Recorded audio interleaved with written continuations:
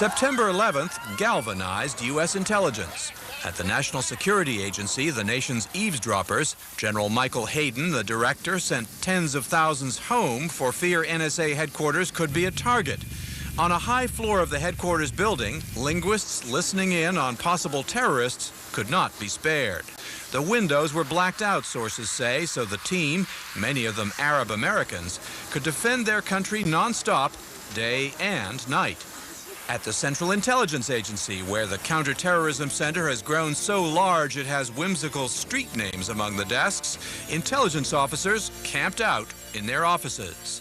Besides patriotism, what also galvanized some American intelligence officials was a nagging sense of doubt. Was there anything they could have done to stop the attacks of 9/11? It is indisputable that 9/11 was the largest intelligence failure in American history. There's just no disputing it. It was a failure in part of imagination and deduction over many years. Going back to 1993, the first attack on the World Trade Center, the attack that revealed the terrorists' big ambitions. Then, in 1995, Philippine authorities investigating the group around Ramzi Youssef, later sentenced for the Trade Center bombing, warned the FBI of Mideastern pilots training at U.S. flight schools.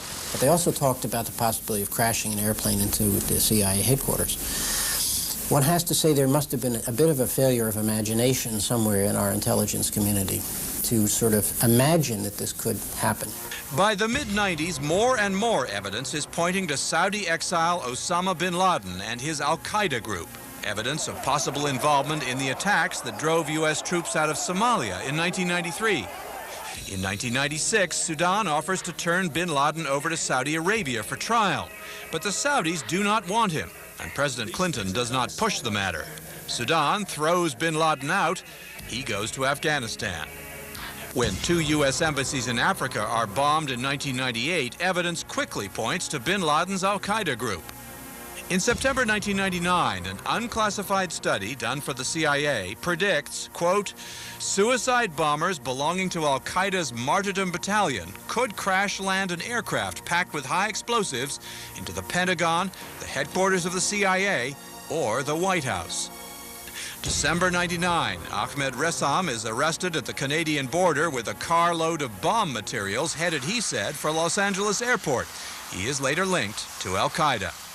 January 2000, U.S. intelligence gets wind of a terrorist summit planned in Kuala Lumpur, Malaysia, at which a one-legged Al-Qaeda suspect named Tawfiq al-Atash, or Khalid, meets, among others, these two future hijackers, Khalid al-Midhar and Nawaf al-Hazmi.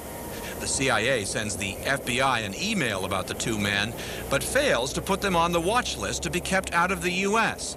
The FBI does nothing, and the two men fly to California. As soon as they arrived in the United States, they should have been put under surveillance.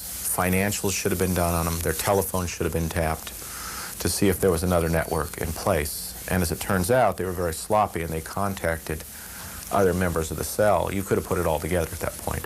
There is even worse. U.S. government sources confirmed to CNN that al-Midhar and al-Hazmi rented a room in this San Diego house from a man who was at the time an informant for the FBI. October 2000 comes the attack on the USS Cole, quickly linked to Al-Qaeda. In February 2001, more than 7 months before the 9/11 attacks, the nation gets a warning from George Tenet, the director of Central Intelligence. Bin Laden, he says, has declared all U.S. citizens legitimate targets of attack. Osama bin Laden and his global network of lieutenants and associates remain the most immediate and serious threat. It was a clear strategic warning, but few Americans even noticed. No senators asked any questions about terrorism on that day. From the president on down, we would say that terrorism wasn't as big a threat as, in fact, the CIA was telling us it was. Trouble was, the CIA did not have the kind of details only a human source inside Al-Qaeda could give. Human sources are so important because they can give you tactical warning. Not strategic warning, tactical. When, where, what time, who's involved. In July, Kenneth Williams, an FBI agent in Phoenix, sends headquarters a 5-page memo saying many Middle Eastern men are taking flight training in Arizona, suggesting a nationwide investigation into whether it has something to do with terrorism. He made a recommendation that we initiate a program to look at flight schools. That was received at headquarters. It was not acted on by September 11th. On August 6th, President Bush receives a CIA briefing which mentions the possibility that terrorists could hijack aircraft. No specifics. When revealed after the fact, the briefing puts the administration on the defensive. There was no time, there was no place, there was no method of attack. Then, on August 17th, Zakaria Moussaoui is arrested by the FBI in Minnesota. The charge? An immigration violation. The reason? Fear his flight training might have evil intent. FBI Minnesota tries to get permission to search Moussaoui's laptop computer. It fails, turning Agent Colleen Rowley into a whistleblower. We have a culture in the FBI that there's a certain pecking order, and it's pretty strong, and it's very rare that someone picks up the phone and calls a rank or two above themselves.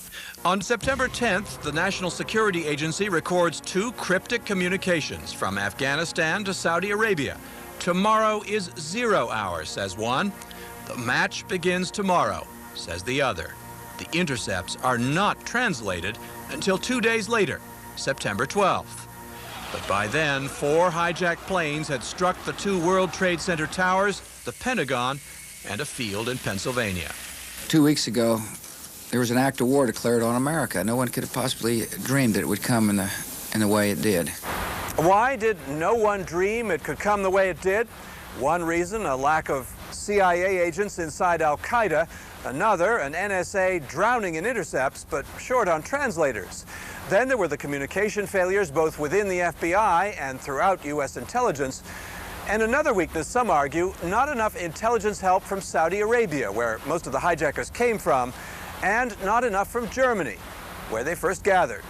What needs to be done? For starters, CIA veterans say the U.S. must start spying inside allied countries, whatever the cost. The Germans said, we can't watch them, they're political refugees. And they didn't watch them for the most part. We could have done that independently. But I emphasize it over and over, we will get caught. And who pays the price shouldn't be the CIA. It should be the U.S. government. Finally, from intelligence professionals, a warning.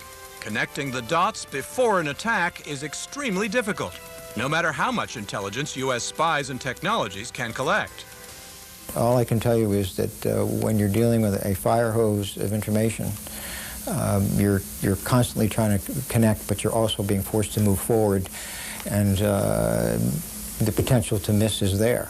So there were things that U.S. intelligence could have done that might have prevented 9/11.